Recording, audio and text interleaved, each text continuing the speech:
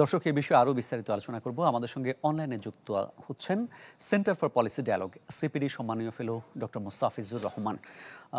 আপনাকে স্বাগত জানাচ্ছি বিজনেস 24-এ। আপনি আমাদের প্রতিবেদনটি দেখেছেন। সেখানে উঠে এসেছে ব্যবসায়ীদের দাবি এবং আর্থিক অবস্থা বিবেচনা করে সরকার অবশেষে এলডিসি উত্তোলন পেছানোর চিন্তাভাবনা শুরু করেছে। বিষয়টিকে কিভাবে দেখছেন? ধন্যবাদ।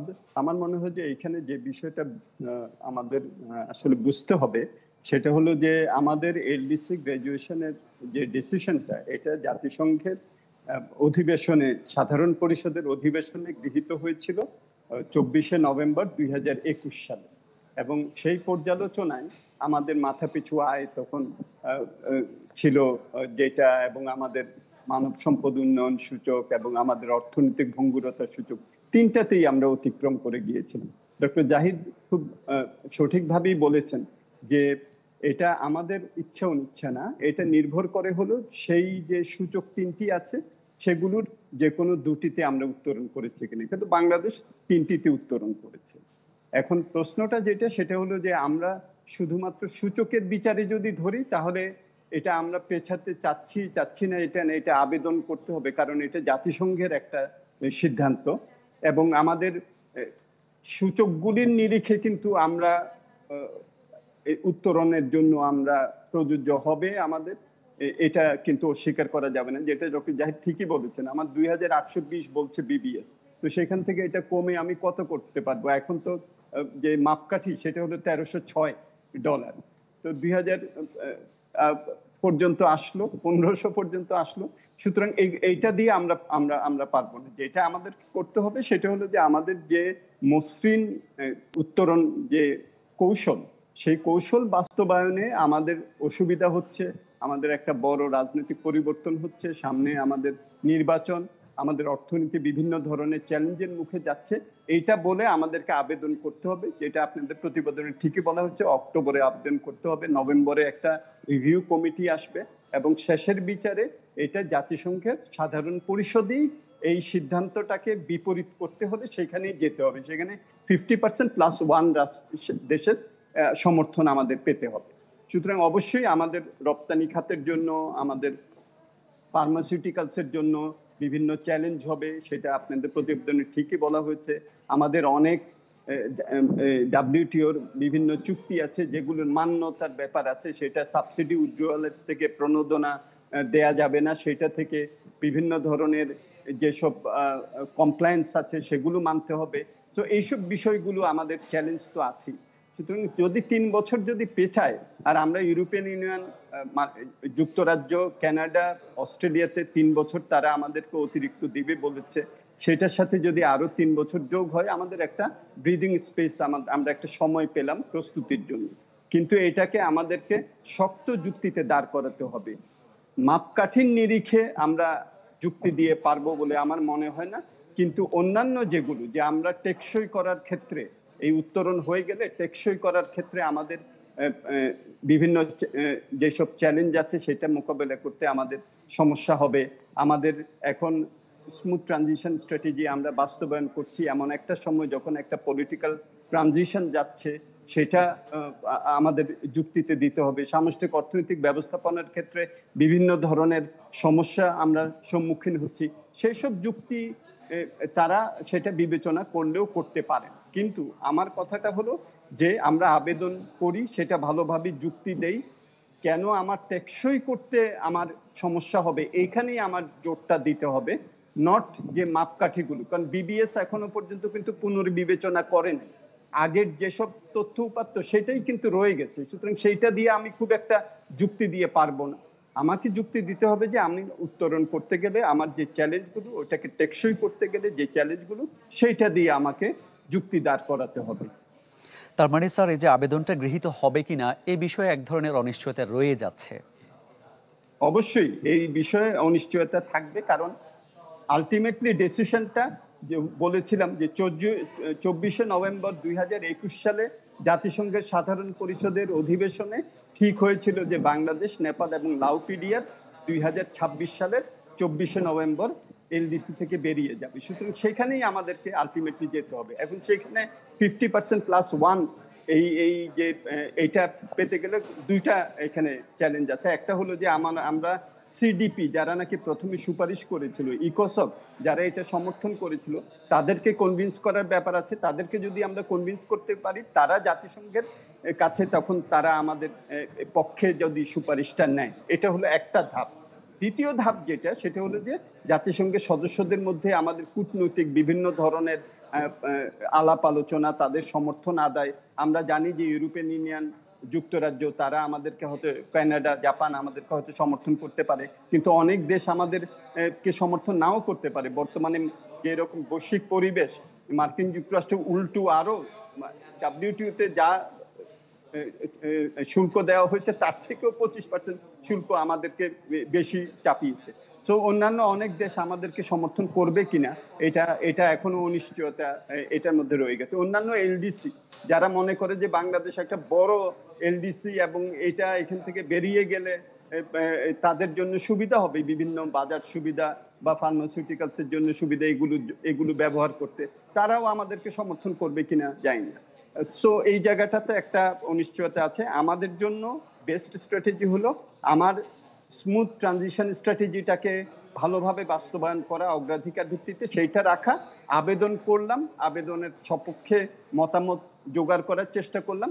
যদি হয় তাহলে ভালো, যদি না হয় তাহলে যাতে আমরা এমন একটা পরিবেশে পড়ে না যাই হঠাৎ করে যে আমাদের রপ্তানি খাত বা আমাদের ওষুধ খাত বা আমাদের যে সক্ষমতা, এইসব জায়গাগুলোতে আমরা একটা বড় ধরনের একটা চ্যালেঞ্জের সম্মুখীন হই।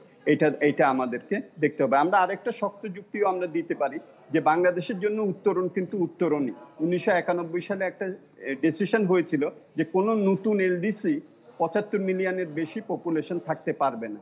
সুতরাং আমাদের জন্য এটা কিন্তু ওয়ান ওয়ে টিকেট। সো এইটাও একটা শক্ত যুক্তি যে আমরা একটু পিছাতে চাচ্ছি, কারণ আমরা একবার বেরিয়ে গেলে আর কখনো আমরা এখানে আসতে পারবো না। এবং অ্যাঙ্গোলা সর্বসম্প্রতিকালে তারা 2024-এ ফাইনালি বেরিয়ে যাওয়ার কথা ছিল, তেলের দাম কমে যাওয়ায় তাদেরটা অনির্দিষ্টকালের জন্য তাদেরটা পেছানো হয়েছে। সামোয়া তারা তারা সর্বসম্প্রতিকালে বেরিয়ে যাওয়ার কথা ছিল, তাদের অর্থনৈতিক বিভিন্ন সমস্যার কারণে তাদেরটা অনির্দিষ্টকালের জন্য পেছানো হয়েছে। আমাদের এই অঞ্চলে মালদ্বীপ 2005 সালে বেরিয়ে যাওয়ার কথা ছিল, তারা অ্যাকচুয়ালি বেরিয়েছে 2011 সালে। সো এটা যে এক্সাম্পল নাই তা না। সুতরাং ওইটা আমাদের চেষ্টা আমরা করতেই পারি, কিন্তু প্রস্তুতির জায়গায় যাতে আমাদের ঘাটতি না হয়। জি স্যার, অনেক ধন্যবাদ আপনাকে, আমাদের সময় দিলেন। আপনি আমাদের সাথে থাকুন, অন্য একটা বিষয় নিয়ে আমরা আবারও আপনার সাথে আলোচনা করব একটা প্রতিবেদন দেখে আসার পর। দর্শক, এই বিষয়ে আরও বিস্তারিত আলোচনা করব। আমাদের সঙ্গে অনলাইনে যুক্ত আছেন সিপিডির সম্মাননীয় ফেলো ডক্টর মুস্তাফিজুর রহমানের সঙ্গে। স্যার, আরেকবার স্বাগত জানাচ্ছি আপনাকে। আশা করছি আপনি আমাদের প্রতিবেদনটি শুনেছেন। বহুল কাঙ্ক্ষিত সংস্কার পরও আয় বাড়ানো কিংবা সেবার মান নিয়ে আশাবাদী হতে পারছে না ব্যবসায়ীরা। আসলে এর কারণটা কি? ধন্যবাদ। আমার মনে হয় যে সংস্কার এটা হলো নেসেসারি ফ্যাক্টর।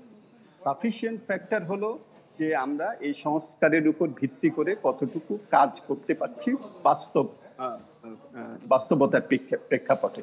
সুতরাং সংস্কার যেটা করা হয়েছে, যে আমরা পলিসি এবং আমাদের যে অ্যাডমিনিস্ট্রেশন অ্যান্ড ইমপ্লিমেন্টেশন এটাকে আলাদা করেছি, এটা ভালো। কিন্তু এটার সুফলটা পেতে গেলে আমাদেরকে দুই দিকেই আমাদেরকে কার্যকর পদক্ষেপ গ্রহণ করতে হবে। পলিসি যাতে আমরা ভালোভাবে করতে পারি, সেখানে যাতে আমাদের মানসম্মত এবং বৈশ্বিক পরিস্থিতি, স্থানীয় পরিস্থিতি, আমাদের কাস্টমস ডিউটি কতটুকু দরকার, আমার ফ্রি ট্রেড এগ্রিমেন্ট আমি এখন করছি সেখানে কতটুকু ছাড় দেব, আমার স্থানীয় শিল্পকে কতটুকু সংরক্ষণ দেব, রপ্তানিমুখী শিল্পের জন্য কতটুকু ইতিবাচক অবস্থা আমি রাখবো আমার শুল্ক নীতির মাধ্যমে, রাজস্ব নীতির মাধ্যমে, এসবগুলো আমাদেরকে নীতিমালার দিক থেকে করতে হবে। এটার জন্য একটু তো সময় লাগবে, যদিও আমাদের নীতিমালা অনেক কিছুই আছে। আর দ্বিতীয় যেটা, সেটা হলো অ্যাডমিনিস্ট্রেশনে তো অবশ্যই আমাদের এখন অনেকগুলি পদক্ষেপ গ্রহণ করতে হবে। এই প্রতিবেদনে উঠে এসেছে যে একটা বড় আমাদের এখানে কাজ হলো এটাকে কিভাবে আমরা ডিজিটালাইজেশন করতে পারি, প্রযুক্তিকে কিভাবে আমরা নিয়ে আসতে পারি। সেই জায়গাটাতে আমি বলবো যে এখানে অনেকগুলো প্রশ্ন উঠেছে যে বিদেশি দিয়ে এইসব প্রযুক্তি বাস্তবায়ন। আমরা এর আগে কিন্তু 2000 সাল থেকে অনেকগুলি আমরা এই ডিজিটালাইজেশনের আমরা বিভিন্ন উদ্যম দেখেছি, কিন্তু আমাদের এক সময় আমাদের 2015 সালেও 10.9% ছিল রাজস্ব জিডিপি রেশিও। আজকে এটা 8%-এর নিচে নেমে এসেছে। সো এগুলোকে কার্যকরভাবে আমার বাস্তবায়ন করতে হবে, যাতে করে আমি এটাকে অটোমেশন এবং মডার্নাইজেশন এটা যাতে আমার পার্ট অফ দ্য আমার রিয়েলিটি হয়। স্যার, আপনি প্রযুক্তির আধুনিকায়নের কথা বলছেন, ব্যবসায়ীরা দাবি তুলছেন যে কি অটোমেশনের কথা, এবং অর্থনীতিবিদরাও সেটা বলছেন, কিন্তু আসলে সরকারের কি এখানে সদিচ্ছার কোনো ঘাটতি আছে? আমার মনে হয় যে এটা এটা সরকার তো একটা অব্যয়ী একটা কথা, যারা স্বার্থ সংশ্লিষ্ট আছেন তাদের মধ্যে অনেকে এটা চান। আমরা পর্যালোচনা করে দেখেছি যে এটা এনবিআর এর ভেতরেও কেউ কেউ ছিলেন যারা এটাকে রিয়েলি বাস্তবায়ন করা, এটাকে ভালোভাবে মনোযোগ দেননি। যারা নাকি ট্যাক্স দেবেন তারাও এটাকে খুব ভালোভাবে অনেক সময় এটার যে একটা স্টেক হোল্ডাররা যে চাপ দিবেন সেটাও কিন্তু করা হয়নি। আমাদের দেশে যেমন আমি বলি, আমাদের দেশে প্রত্যক্ষ হলো মাত্র 1/3, টোটাল যে রাজস্ব আসে তার মাত্র 1/3 আসতেছে প্রত্যক্ষ করে। অন্যান্য দেশে এটা 50%, 60%, 70%। তাহলে এই প্রত্যক্ষ করটা তো যাদের বেশি টাকা আছে তাদের কাছ থেকে তো আদায় করতে হবে, তাই না? যারা অনেক বড় ব্যবসা আছে, মুনাফা আছে, প্রকৃত তাদের যেসব হিসাব নিকাশ আছে, এইটার বিরুদ্ধেও একটা বড় ধরনের কিন্তু গোষ্ঠী আছে যারা এই অটোমেশন যেটা, ডিজিটালাইজেশন যেটা, মডার্নাইজেশন যেটা, এটার পক্ষে তারা সত্যিকার ভাবে কখনোই একটা চাপ সৃষ্টি করেন না।